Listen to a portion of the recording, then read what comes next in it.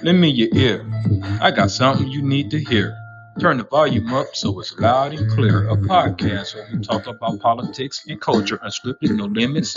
Like a 504 soldier, we're not pretenders, ain't no agendas. Our only plan is to keep it 100 and do it for the fam. Yeah. What up, what up, what up? What's going on? I'm 6 Mil, keeping it true. It's your boy KG. Welcome to episode 29 of For the Fam podcast. Sir, the Black Jack McDowell episode, 1993 Cy Young winner for the White Sox. I'm glad you said that because I was about to say, who the hell is that? Anyway, what's good, bro? Oh, nothing much, man. Just having to deal with these next 3 days of kind of, sub 50 degree weather. Supposed to be down to like 32 tonight or tomorrow, something like that. And it was almost 90 yesterday. Yeah, it was hot as hell. I came home yesterday. I'm like, man, I want some ice cream. I had some sherbet last night. Come home today, drinking tea. Yep. Indiana. Well, hell, you be out in it. So yeah, definitely got to stay on top of it. Yeah, it's crazy, bro. So anyway, what we getting into today? So today we want to talk about the conflict from 1994 in Rwanda, in April of 1994 in Rwanda. All right, bro, go ahead and kick us off. So we're going to cover a variety of issues with it, why it started, who started it, what kind of set the tone for it decades beforehand, the pre-colonization. The Hutus and the Tutsis were a class, not considered a race. Right. It was all about what you had and what you didn't have. Right. Similar to how we are here. I think they went by the 10 cow rule. Depending on if you were, the Hutu was a working class, and then the Tutsis were considered the upper class. Yeah. So they even though they were different tribes, they shared the land. The Tutsis were basically cattle owners. The Hutus were the farmers. And that's how they lived. And it was, hey, you want a cow? Give me some vegetation. And they got along. They even intermarried. And if you got to 10 plus cows, you could change classes. You consider rich, absolutely. To become a Tutsi. So it wasn't until, 1933, the ID card system, which is wild in the research. I didn't realize that somebody, from the Belgian hierarchy, they would send people, man, they would measure eye shape, nose. They would use calipers, noses, heights, and eye shape to permanently classify citizens. Think about that. We go from pre-colonization, before Germany, before Belgium, we can prosper, we can grow, we can live peacefully.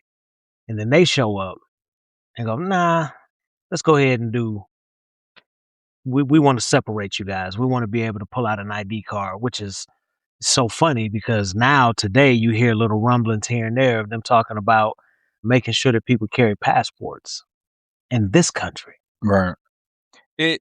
Yes, you are on point with the identity cards, but that in itself wasn't the reason for the conflict, so to speak. No. I'm going back. Okay. To where all right. where it all started. Okay.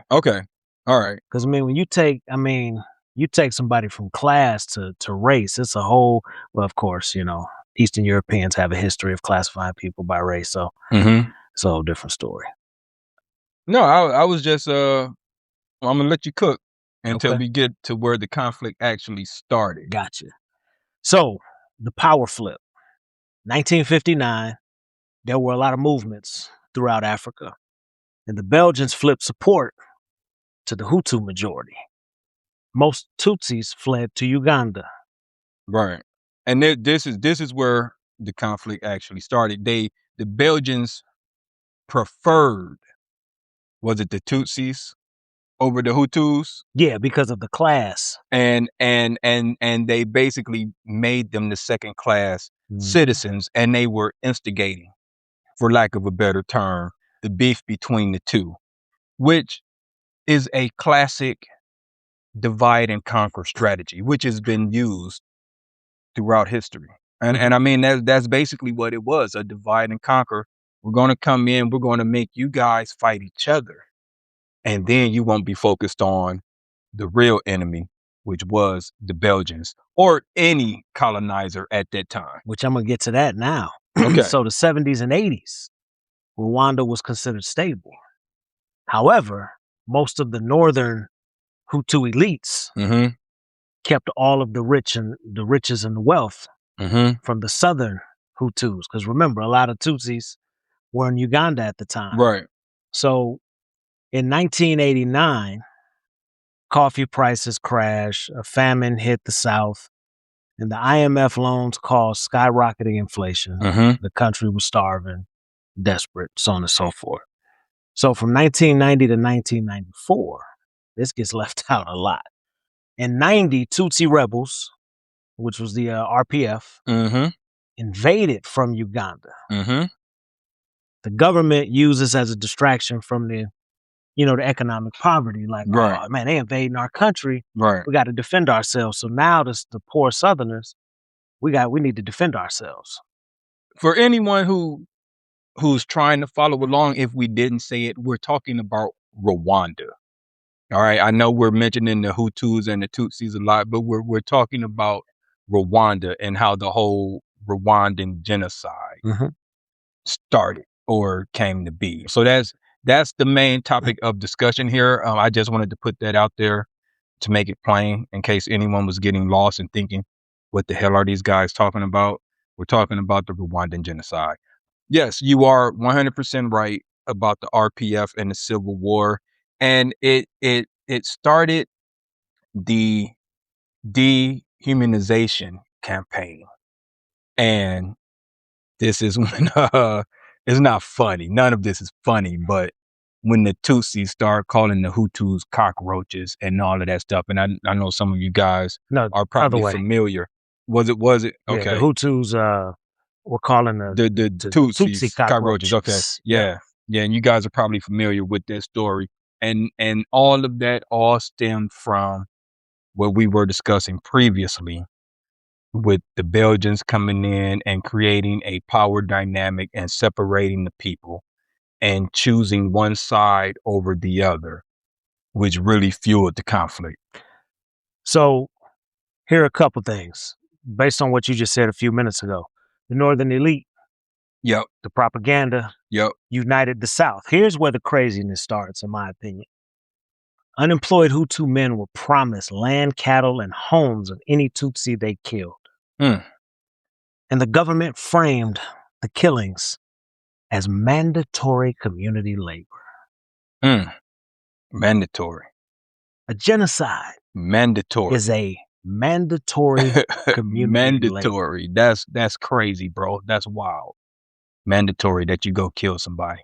Now, what really sparked it all off, the 100 days of what they call 100 days of slaughter, when the president's plane was shot down on April 6th of 94. And immediately the RTLM, which is the radio station that many people who have ever watched the movie are familiar with, they immediately blamed the RDF, et cetera, et cetera. Which is where the cockroach comment actually originates from, is from that radio station. Go ahead, bro. Keep going. And another word, the term that they used was to clear the brush, which was a code word for, well, it's not even a code word. Yeah, just go kill them. Clear the brush, kill them. So they went out armed with machetes and clubs, and nearly 1 million people were murdered in 100 days. So let's backtrack a little bit in this story, because I think something important needs to be stated for the records. They didn't know who shot that plane down. No. But they started fighting within hours. They immediately blamed, was it the Hutus? They blamed the Tutsis. The Tutsis. I keep getting them mixed up. But anyway, So do I. I know. It's so, yeah. which is kind of why I feel like we need someone from the diaspora to actually guide us through this episode, but we don't have that, so I'm going to keep going. But yeah, they didn't even wait for an investigation. They just immediately assumed they did it. Let's go get our revenge. They hit the radio waves within minutes. Yeah. Nuts. The whole thing could have been a lie. Maybe was a lie. I mean, because they never even investigated. They still don't know who did it. It's crazy. The biggest thing for me in all of this, and we'll keep going. So if it seems like we're jumping around, we'll get back to what we're talking about. How the rest of the world, specifically us, just sat back and watched it. Here's the crazy part, though, in my research. If you go back and look at press conferences from Clinton and any other person in the White House administration at that time, they would always say acts of genocide. Mm-hmm. Because as soon as you mention that it is a genocide, based on UN accords, you are legally and morally obligated to send troops in. Mm-hmm. But when you say acts of genocide, you're not saying genocide. And also in some of those old clips, a couple reporters called out Joint Chiefs of Staff, whatnot, and caught them off guard in those press conferences, and they would abruptly end the press conferences. And most of this because people forget, just 6 months prior was a Black Hawk Down situation. But we are never quick to engage when it's a conflict on the diaspora. It's always, it's not our fight. Mm-hmm. Let's stay out of it. Well, especially this after Black Hawk Down and that debacle. Yeah, it's always, oh yeah, it's terrible what's happening, but it's not our fight. I mean, that's just the way that they operate, as opposed to other countries. You know, we can't wait to stick our nose in and try and police the world. But like you were saying, that is kind of off topic and probably another story for another podcast. Yeah. What's crazy too is on day one of it, 10 Belgian peacekeepers were killed because they knew, the Hutu extremists knew, that if they start seeing that, people would back out because they can't engage. You know, Nick Nolte's character, who was loosely based on the Canadian general. Was he a general? We'll get to that. Let's hold off on that. We'll get to that when we do our movie review. No, but I'm still talking about the actual person. Okay. So the general, what was his name? General Dallaire, I believe. He was the one that sent over the facts to tell him what was happening. And in return, they took his force from 2,500 peacekeepers to 270. Let them kill each other. Basically, to let them kill each other. Let them kill each other. Yeah.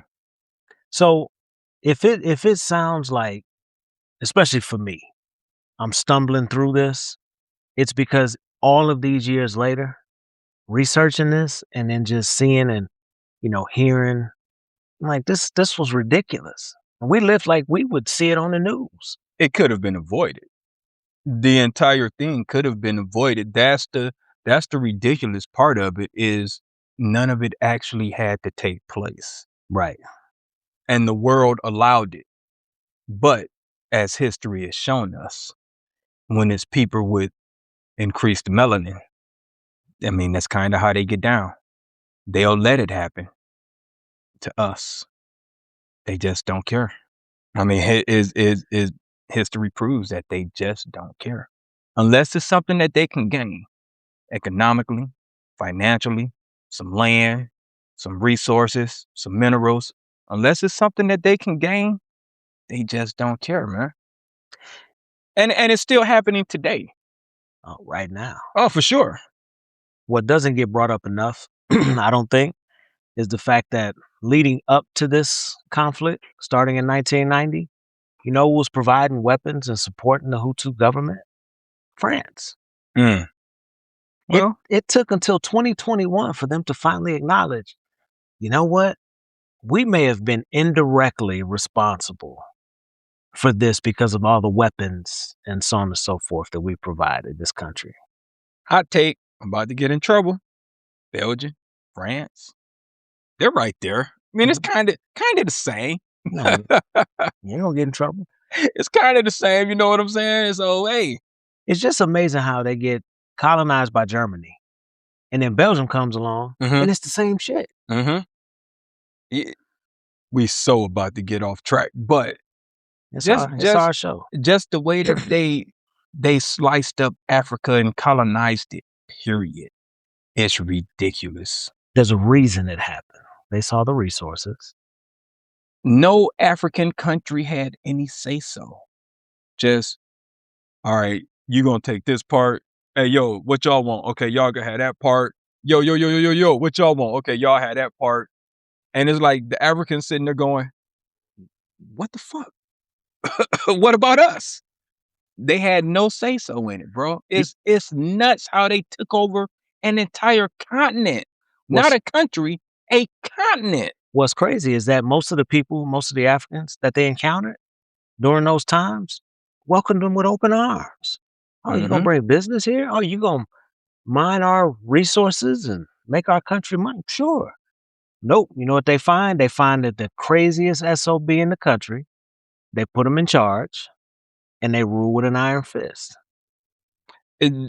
Yes, there are some warlords, for lack of a better word, who are complicit in the savage takeover. Because you're right, they did just put, what's the word? Puppet, I guess. They put a puppet in place to, hey, you control your people, we'll make you rich and forget everybody else. And that's kind of how the whole thing just got sacked. That almighty dollar, you flash that in front of somebody's face. Crazy, bro. There's and I forget who it is, so I'm sorry if you're out there, if you're still living, but someone said, one of those great African scholars, when they came with Christianity, they told us, no, I'm messing it up. When Christianity came to Africa, they came with Bibles and open arms, and they told us to put our heads down to pray. And when we lifted our heads back up, we had the Bibles and they had the land. Yep. And it's so true. It's crazy. So crazy. The crazy thing was too is that journalists that were there, they were smashing cameras and so on and so forth. They left their cameras just to get out of there. And of course we'll get to it, but there are plenty of examples where even if the pictures would have been released, what would they have done? Right. Man, that's messed up. Right. And then gone about their day. Right. Now, we didn't feel that way, but at the same time, we would see it on the news and we knew what was happening. But that was it. Nobody in this government was talking about it crazy. But I do remember 6 months prior, the Black Hawk Down issue was on the news all day, every day. And we didn't even have 24-hour, well, CNN existed, but we didn't really have 24-hour news like that back then. The only time CNN had live programming after 10 o'clock was if there was like some crazy, like maybe the election was going on or there was something crazy going on. And I remember when Black Hawk Down was happening, it was all over the place. Always. And then 6 months later, you have an actual genocide. 1 million people in 100 days. That's nuts. What if that had gone on a year? Yeah. I mean, complete annihilation, extermination. And going back, the French created a safe zone. I think it was something like 10 to 15,000 Tutsis made it to the safe zone. But they also allowed the people responsible for it to go through the safe zone and escape. Ain't that wild? And escape. Yeah, come on, you come through here. Yeah. The only thing that saved the Tutsis that went to the zone was the militias that had blocked the roads and was checking IDs. They weren't allowed to come in with weapons. So yeah, had they tried to come into the safe zone, UN peace forces and the French would have killed them.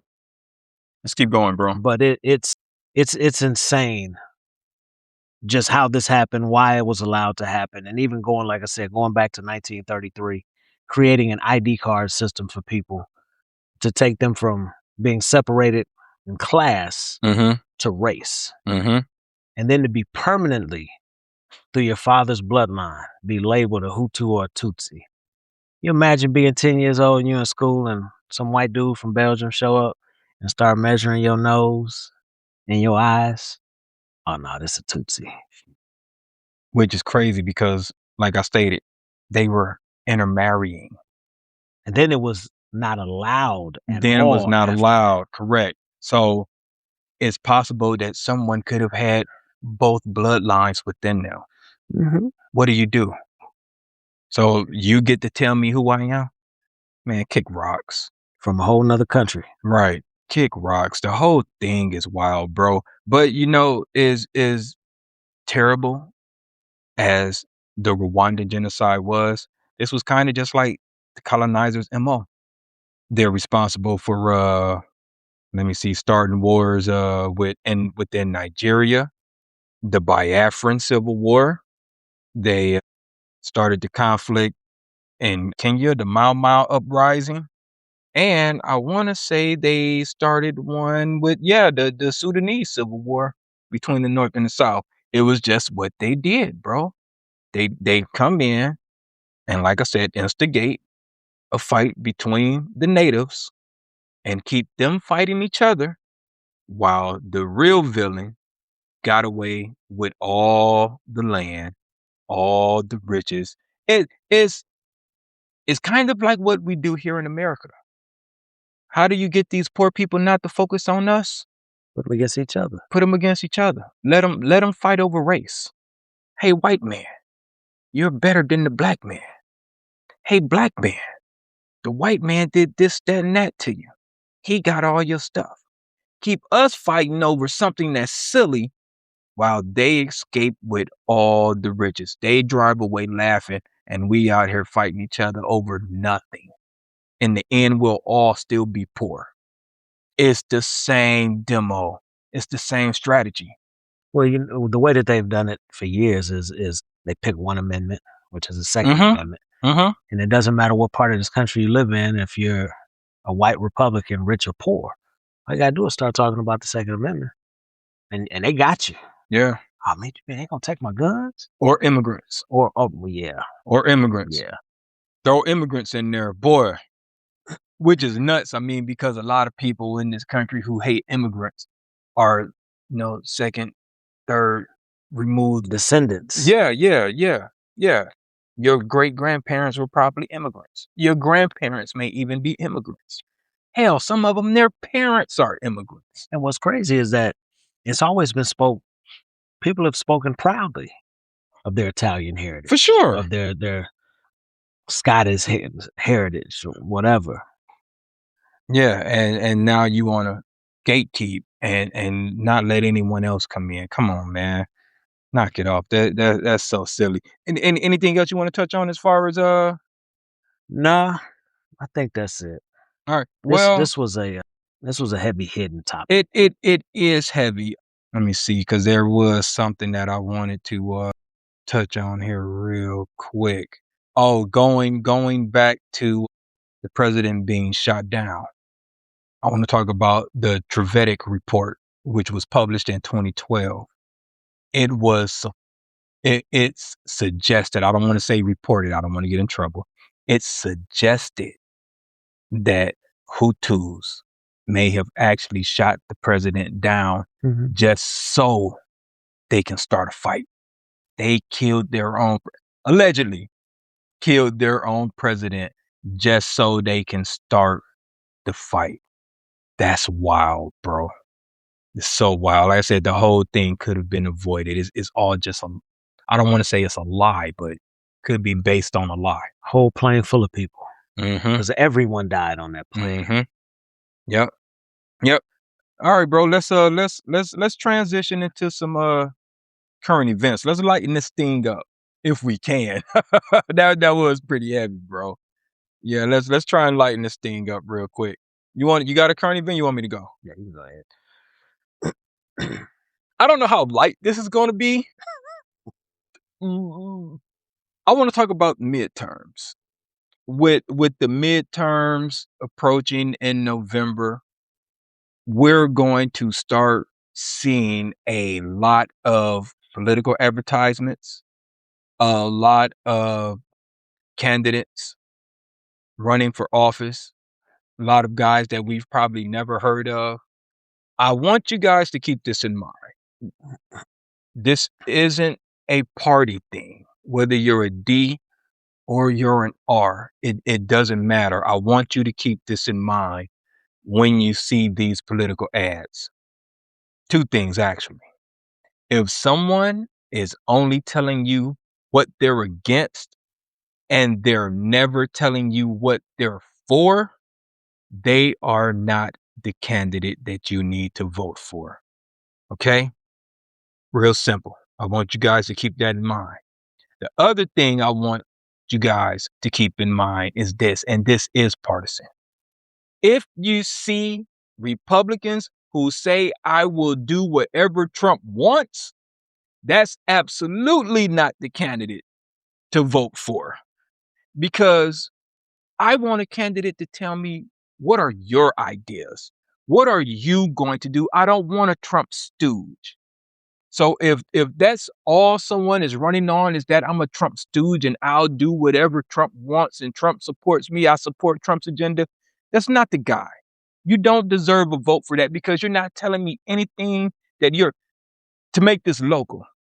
Trump has no effect in Indiana. All right.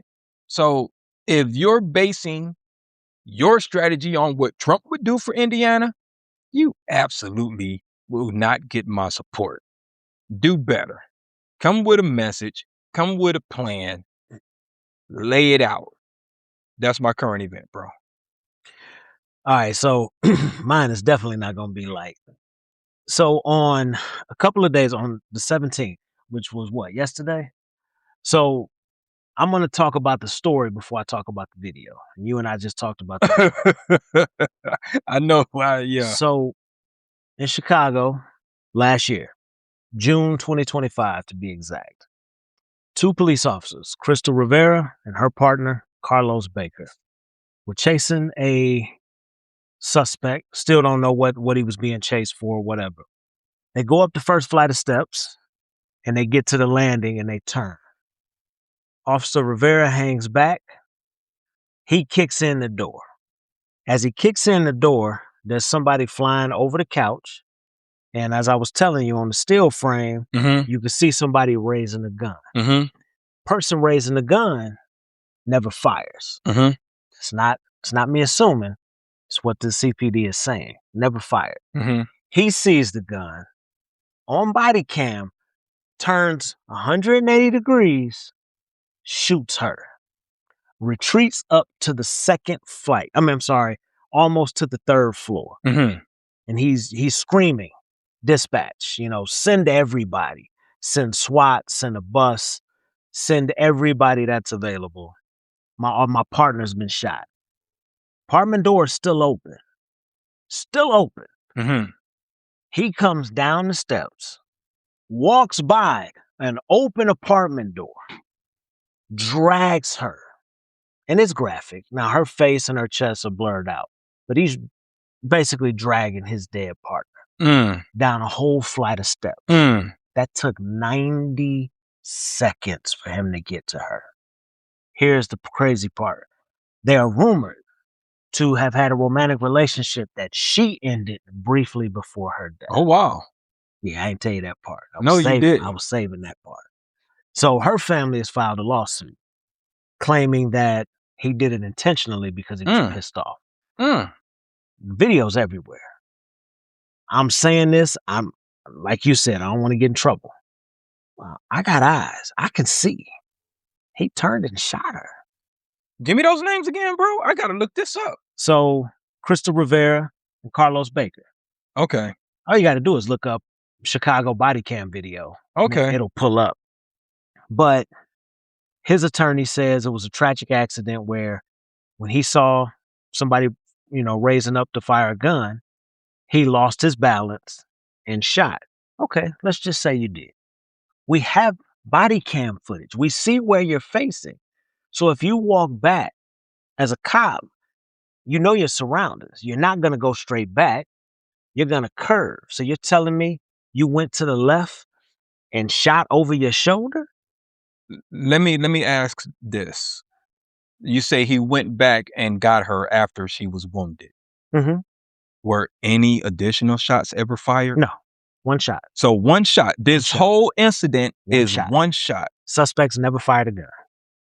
How can he claim that he was in danger, or either of them? Shots fired, shots fired. That, I mean, and you can hear it. Like he sounds like he's distressed. I'm not gonna sit here and act like he was just like, yeah, somebody got shot. He sounded like he was distressed, but I'm sure the adrenaline was rushing and he was terrified. But 90 seconds for you to even attempt to get back down off of those steps.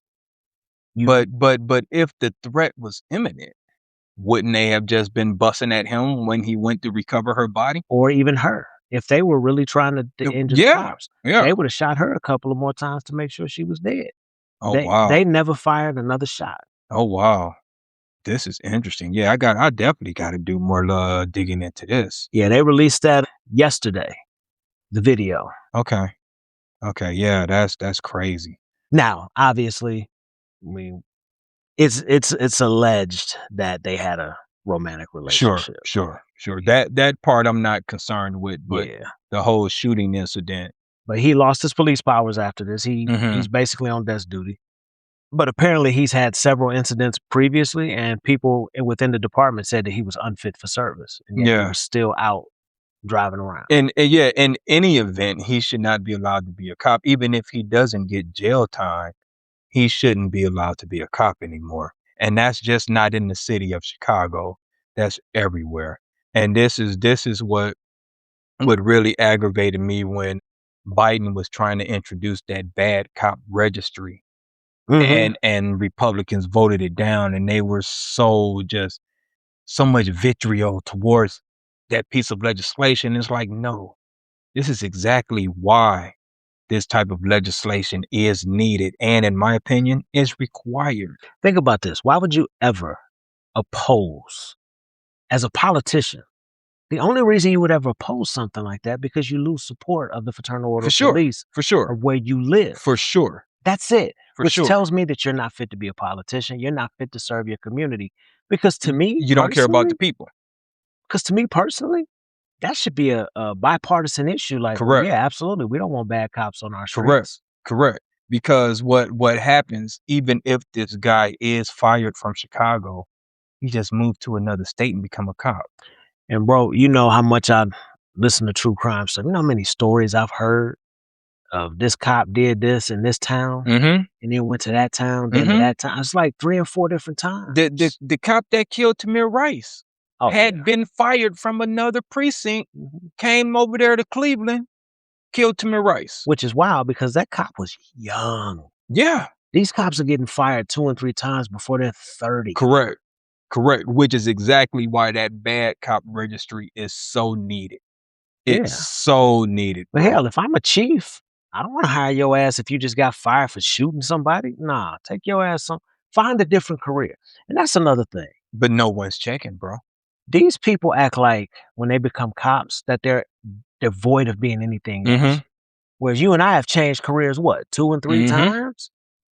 Well, I'm a cop. I don't know what else to be. I don't know. Go get a job at a retail store. Hell. Because it's the power and the prestige that comes along with it. And the fact that some of these guys just want to that, and they just want to kill somebody, bro. A lot of these guys are just power addicts. They like the power that comes with the badge and the uniform, and they want to inflict pain on other people, which again should disqualify you from being a cop. If that's your mental outlook on the position, is you want to just have power, you want to have authority over citizens who pays your salary, then you are not worthy to wear the badge. You're supposed to be a servant to the community, not an oppressor to the community, which a lot of these guys like the oppressor part, not the servant part. Why do I have to do that? Because I said so. That ain't how it works, bro. That part right there. Just because you said so is not a law. That part, exactly. And another thing too is that you are a law enforcement officer. Correct.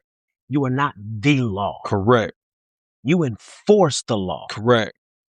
And keep in mind, I'm not void of understanding where you're asking somebody to do something if you're a cop, and they basically telling you to go, whatever. But depends on the. I hate to say this, but depends on the color of your skin. Well, yeah, that too. Yeah. If your skin a certain color, you can tell them, "Hey, piss off." Hey, we saw that video a few years ago of a guy ramming a cop car and then getting out, and the cop pulled the taser, and they still didn't tase the dude. Yeah. It was in Arizona somewhere. Still didn't tase the dude. Man, there's videos like that all over the place, bro. Were you Yeah. finished with that, man? Mm-hmm. All right, y'all. Let's transition into our RARTs, our rant about a random topic. First, I want to say, and I didn't discover this on my own. I actually was listening to Native Land podcast, and they mentioned this, so I'm just going to piggyback on them. I did come home and look it up because I wanted to verify that it was actually true. But there's an elder named Charles Johnson. He is 104 years old. Earlier this week, he competed in an archery contest in Las Vegas. Let me say that again. He's 104 years old, and he competed in an archery contest in Las Vegas. At 104, he has the mental cognition and the physical strength, because that bow is hard to pull back. It needs that tension for your arrow to travel. Archery is difficult in general. He has the physical strength and the mental ability at 104 to travel and to compete in a national archery competition. God is good, bro. I mean, it's crazy at 104. That's life goals. Life goals. You know what I'm saying? That brother's blessed. The other word, and this is my alley-oop to you. The other word I want to talk about is this beef between Cameron and Jay Uso. Mm-hmm. If you haven't seen it, people, go look it up. Jay Uso was a guest on Cameron and Mace's podcast, and there's some back and forth between Cameron and Jay. It gets physical. Jay snatches up Cameron like he's a rag doll. It appears that he throws a punch. Alley-oop, brother. Is it real? Is it fake? What's going on here? Nah, man, it's a work. It wouldn't surprise me if Cameron was in the crowd, handed him a chair or something tonight, or jumped in the ring to disrupt, because tonight is night one of WrestleMania. Mm-hmm. So it wouldn't surprise me. The thing is with that too. Remember J. Cole, because he had some stuff to say about J. Cole years ago, and J. Cole popped into the studio randomly a couple weeks ago, and they did this whole skit, and it made it look like J. Cole was pissed at him. And then the Nassas chased him around the studio. Did you ever see that one? Mm-mm. You gotta look that one up. He in there like doing a video, and Thanasis stepped in. And he was like, "Hey, hold on, man." He was like, "What did you say about me?" And Thanasis like chasing him around and like picked him up. So this is just something that Cam does. Yeah. It's something. This is like the third or fourth time something like this has happened. I guess I get it to bring traffic, but for WrestleMania too. Because Jey Uso's been everywhere. CM Punk has made some rounds. Hell, they took over local ESPN radio here. Mm-hmm. It's been Booker T. Booker T been on local radio all day. Really? Yeah, talking about WrestleMania. Okay. All right. So you say definitely staged. Yeah, definitely just a marketing ploy to get. Okay. All right. Yeah. All right. Cool. Yeah, because I mean, at the end of the day, Cameron's what? 5'9", probably 180 pounds. I say Cam probably about 6. Jey Uso 6'2", 240, strong as an ox. Oh, he snatched him up out of the seat like he was a rag doll. Like Cam did old boy in Paid in Full. Yeah. When he snatched him out that car. Yeah, he snatched him up pretty easily. Okay, all right, cool. All right. So that was just a marketing ploy. All right, that's my rart, bro. All right, so my rart is a rart, but it's more or less informative, and it's a rart. It's Now what's up with this Iron Nation Indiana thing? So we just giving $15 million of taxpayer money. Now look, I get it. Israeli technology is considered some of the best in the world. Has been since we were kids. It's like the third, like number 3 in the world for their innovative technology. For me, it's the optics. You have a country that is heavily scrutinized currently for human rights conditions. I could sit and talk about that all day. Here's my issue. It goes back to what you said a minute ago. This is just to stay on Trump's good side. Without a doubt. Nothing more, nothing less. Mike Brown is the ultimate puppet. $15 million of taxpayer money, by the way. Of money from the 21st Century Research Fund.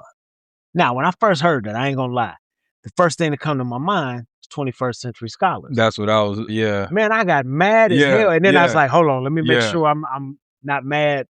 And I was like, oh, okay, 2 different things. What about the kids? Right. And 30 million plus is committed by the Iron Nation Partnership. The hell is Iron Nation Partnership? Where's this private money coming from?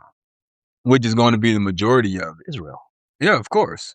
So we give you money, you give it back to us to invest. There's been, I understand this is a long-term thing. I understand that they're looking to bring businesses here. And look, if it works, it works. But again, it's not being done for the right reasons. You're doing it to stay on Trump's good side. There's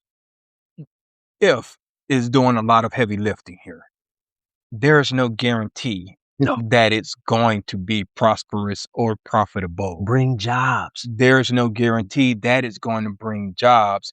And at the same time, while you're out here campaigning that this is going to bring jobs, you just passed legislation a few weeks ago with the CDL drivers that's taking away jobs. Which is it, bro? Do you want immigrants to work or do you not want immigrants to work? Because you can't tell me that these jobs are only going to be for Hoosiers. I'm not that gullible. So I saw something where it says creating the partnership was to create a broader network that connects Indiana's professional communities with international entrepreneurs, fostering a more globalized local economy. International, huh? So now they're international, so they wouldn't be immigrants. Right. The none of it makes sense. And like you said, this is all the Curry favor. And I've seen Republicans, black folk, white folk, everybody like, who the hell asked for this? Right. Nobody asked for this. Right.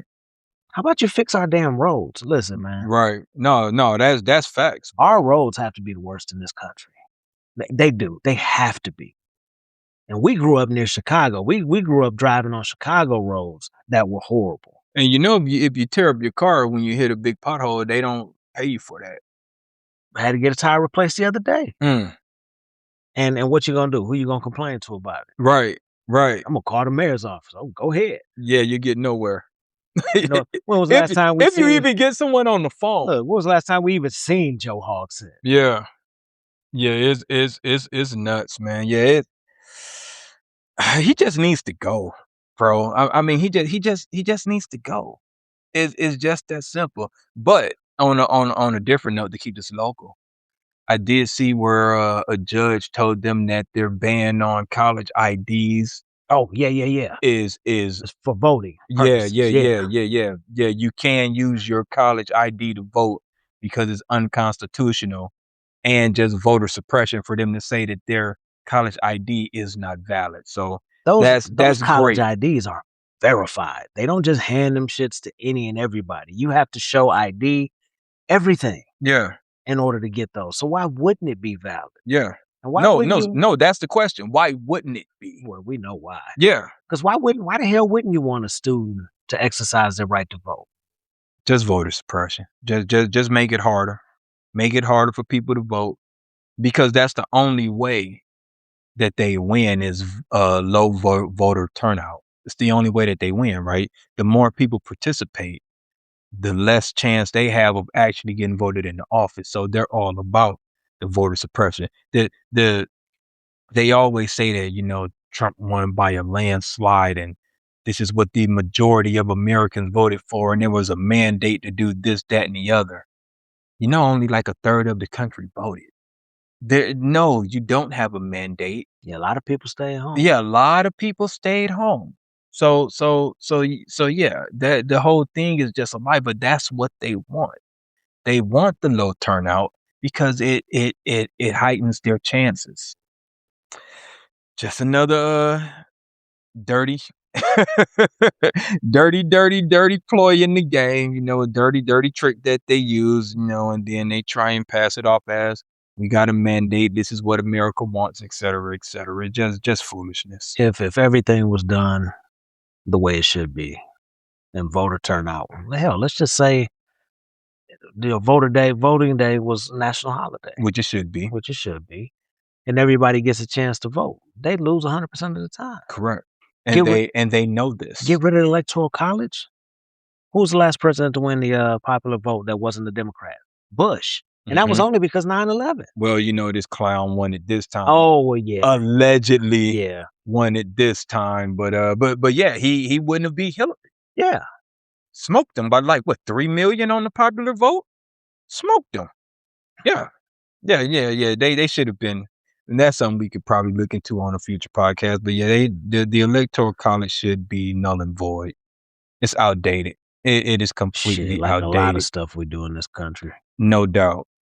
All right, y'all. I guess we're gonna leave that right there for now, and we're gonna slide right into our 5 on the black hand side movie review, which correlates directly with what our main topic was, and that movie is Hotel Rwanda.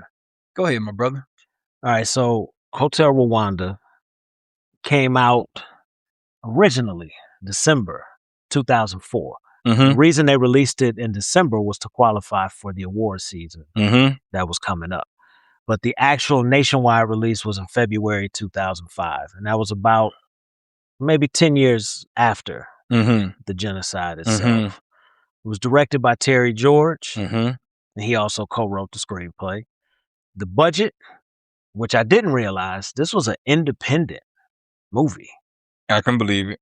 So $17.5 million was the budget. Filming locations was actually in Kigali, Rwanda, and Johannesburg, South Africa. Cast: Don Cheadle, who played Paul Rusesabagina. Man, hold up. How much did you practice that? I just watched the movie again. Look, I heard him say it 37 times during the movie. Oh, that was good though. And he was the real life Hutu manager of the Hotel de Micolinas.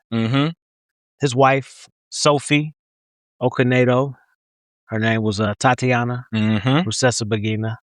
Nick Nolte, who played Colonel Oliver. Joaquin Phoenix, which completely forgot. I don't know how I forgot. He played a fictional photojournalist named Jack Dacklish. Those are the main characters of the movie. So box office, $36.5 million worldwide. So it doubled its production budget. It won it secured 3 Oscar nominations: Best Actor for Cheadle, Best Supporting Actress for Okonedo, and Best Original Screenplay. Film critics, they liked it, but they compared it to Schindler's List. Rightfully so. Yeah. They compared it to Schindler's List, which, yeah, you're right. No. Oh, okay. So, first of all, you're right. It was a great cast. It was a hard watch. To watch this much senseless violence. This movie is truly just sad. If Schindler's List is required viewing, then so is Hotel Rwanda. It's required. There is no 1A, 1B. No, they're neck and neck. They're right there. They have to be. Because to me, they're the same. We were just talking about, Europe was saying the reason they didn't want to say slavery was the biggest crime because they didn't want to compare atrocities. Then let's not compare atrocities here. Yeah. Hotel Rwanda on the same level as Schindler's List. I don't know how Don Cheadle didn't win Best Actor for this. I just don't. I'm still trying to figure that one out. Like how to. Oh man, I don't, brother. I don't know, man. Movies like this, I just hate to watch. I ain't even gonna lie about it. I hate to It watch these is. type of movies, man. I think Schindler's List. Didn't we? Maybe I'm imagining this. Didn't we watch that in school? I I think we might have, bro. Pretty sure we watched it in school. That was it. That's all I needed. After that, I was like, oh no, I don't want to watch this. Yeah, for real. The movie, not to get off track, but another movie, The Kid in the Red Pajamas. I've never watched it. I've heard about it. Dude, I ain't gonna lie to you. I watched that in my 30s. I cried like a baby because I'm like, this is crazy that this happened. Another thing too, I don't know if it was done on purpose, but this movie was released during the crisis in Darfur, and a lot of activists were basically telling people, watch the movie, pay attention. It's happening again right now. Don't let it happen again. And of course, we didn't do nothing about that either. That is even though this isn't relevant to Hotel Rwanda, so to speak, but it's crazy to me how they just go and let entire villages get murdered because you need to convert to Islam. Oh, yeah. That's crazy to me, and no one does anything. Remember, I spoke about way back when we first started. Mm-hmm. The devil came on horseback. Mm-hmm. About the Janjaweed, going village to village, burning it down, raping and killing children, women and children. Mm-hmm. Like, convert to our religion or you die. Yeah. What? Just go ahead and kill me. I mean, like it's nuts. But yeah, the fact that we sit back and we allow all of this senseless death to occur and never do anything about it, and yet we want to get on the world stage and try and be the moral police. Oh yeah, it is. Oh man, it just makes me so frustrated, bro. It really does. It's like on one hand you can go America first, that's not our fight. Okay, yeah, I get it. But then don't get involved in any of the conflicts then. What's good for one is good for all. Just be consistent. That's all I ask. That's all I ask of the world is to be consistent with it.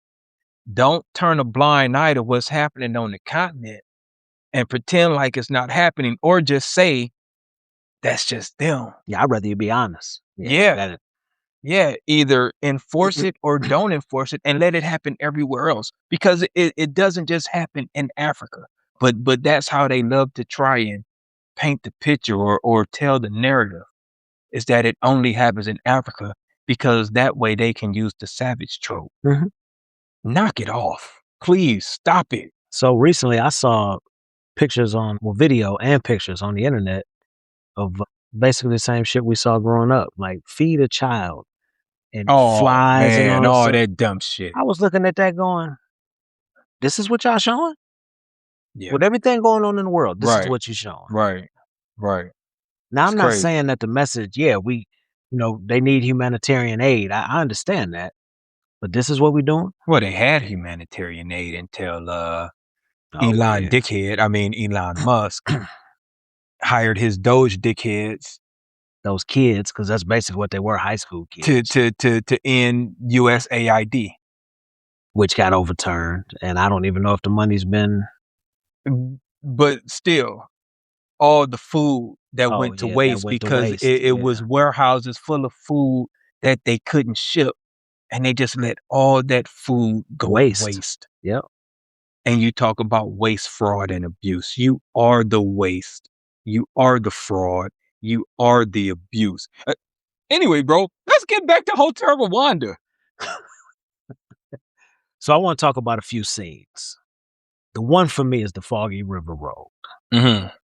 When they didn't understand what was happening and the road was foggy, and then they realized that there were thousands of dead bodies that they were driving over. Mm-hmm. Now, did that really happen? I don't know. Right. But it makes you, like, you sit there and go, are you serious? All these dead people. Yeah. Because he got out the car and fell over people. Yeah.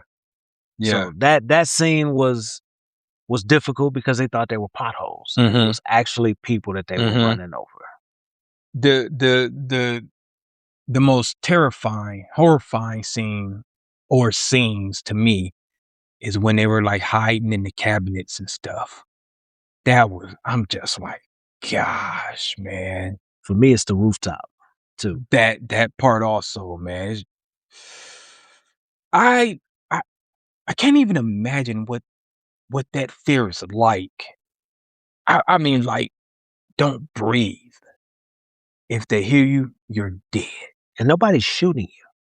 They're gonna hack you to death. Yeah. I mean, I'm sure some people were shot, but they were like literally walking around just hatcheting people and beating them to death with billy clubs. Yeah, a brutal death. Not that any death is good, right? But a brutal death. Yeah, and didn't, according to the movie, didn't the help come? Nothing to see here. Leave, and then had to come back, and it's like, what's wrong with y'all? So the French troops and the Belgian troops, they eventually showed up with UN forces, but they were just there to evacuate tourists and people from Western media. Yeah. Nothing to see here. They could have squashed it the first time. They basically didn't believe them. Nope. Nuts. Until I got to make that phone call to the Belgium, to the guy that my boy, I forget his name. Yeah. Leon from The Professional. Yeah. He came through. Remember, he went out there. Who did you call? Yeah. And he asked him what his name was. He said, I'm gonna remember that. It's that savior. It is the white savior, but in this instance, goddamn, I'm glad. Oh yeah. Yeah, for sure. It could have been so much worse. Even though it was terrible, it could have been worse. It just amazes me, as you said, the French set up a safe zone. So you know what was going on. That's why I couldn't be a soldier. I'm not about to sit here and watch this. Right. And as a UN peacekeeper, you think I'm about to sit here and watch this? Right. You might as well just court-martial me now, or do whatever it is that you need to do. Yeah, because I'm shooting. Right. Come in this hotel if you want to. Yeah. I'm shooting. Yeah.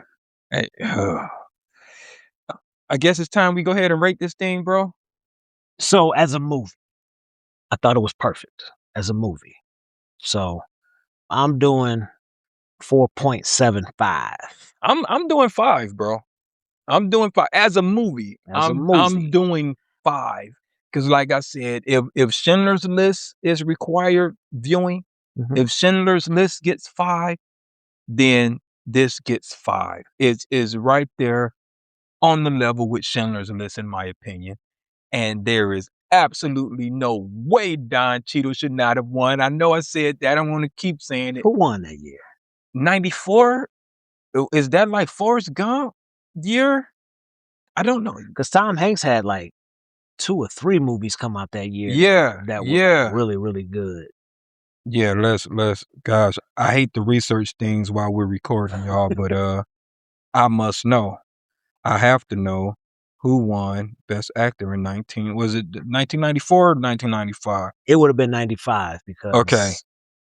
Yeah, because as I said, it came out in December of 94. Tom Hanks, Forrest Gump. I was right. I love Forrest Gump. Great movie. Yeah, me too. But come on, man. Come on, man. Yeah, that is. I love that movie. But yeah, I think he went up against some heavyweights that year in general. I think that whole thing was stacked. But usually something like this over a fictional story, the historical story usually gets the upper hand. Even though you say, oh, boy had his own issues, the character that Don Cheadle portrayed. Yeah. But still, when you do something that's of historical significance, you usually get a little bit of an edge over a fictional story. Yeah, because the issue is you're judging somebody based on their role in the movie, not the real life person. Correct. Because at that time, the character he was playing was not convicted of any crime or Correct. accused of any crime. Correct. Yet. So yeah. And let's keep in mind, Don Cheadle was not an African. No. You wouldn't have known that watching this movie. No, though. he did a great job. He did an awesome job. You know, I don't know, whatever. Yeah, 5. 5 for me, bro. 5. And after this, I'm never watching this movie again. Ever. Ever. I about to say, I don't think I had watched it for the last. It's been a while. No, I'm done. That's it. The twins used to watch it all the time. I will never watch this movie again, bro. I just can't.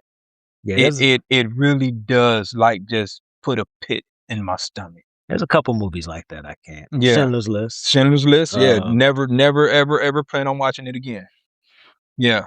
And The Boy in the Red Pajama. Yeah. I still haven't seen that one, but I don't even think I want to because of what you're saying. It's sad. Like when a movie ends with you going, wait, what? No, that didn't just happen. There's no way that just happened. And it ends with a father's anguish. It's like, oh no. Yeah. Judas and the Black Messiah. I'm never watching it again. I'm done. Yeah, I love that movie. I'm never watching it again, bro. The Lovely Bones is another one I can't watch more. Now that one I can watch. I've actually watched that one a few times. Boy, Stanley Tucci was such a creep. Man, gosh, he was a creep in that. My goodness, he was a creep. All right, y'all. That's our 5 on the Black Hand Side movie review. Hotel Rwanda. Get you a tissue box and go watch it if you haven't seen it.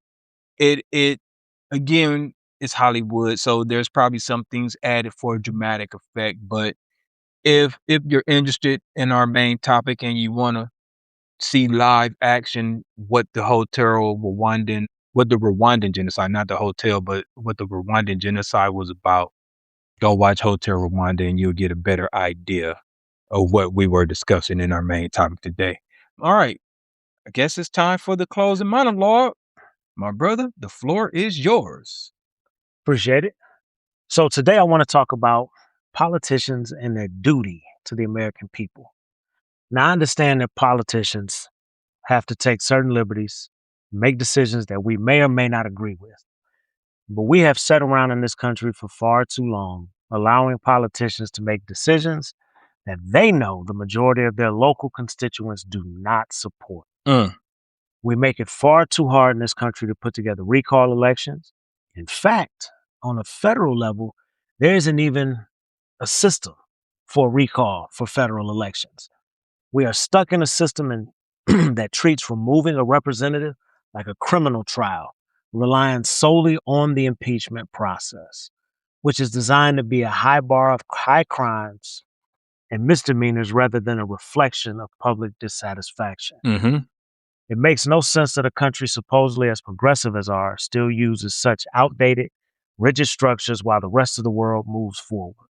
Look at the modern parliamentary, democracies. They utilize votes of no confidence, a political tool that allows the government to be held accountable and replaced if they lose support of the people or the legislature.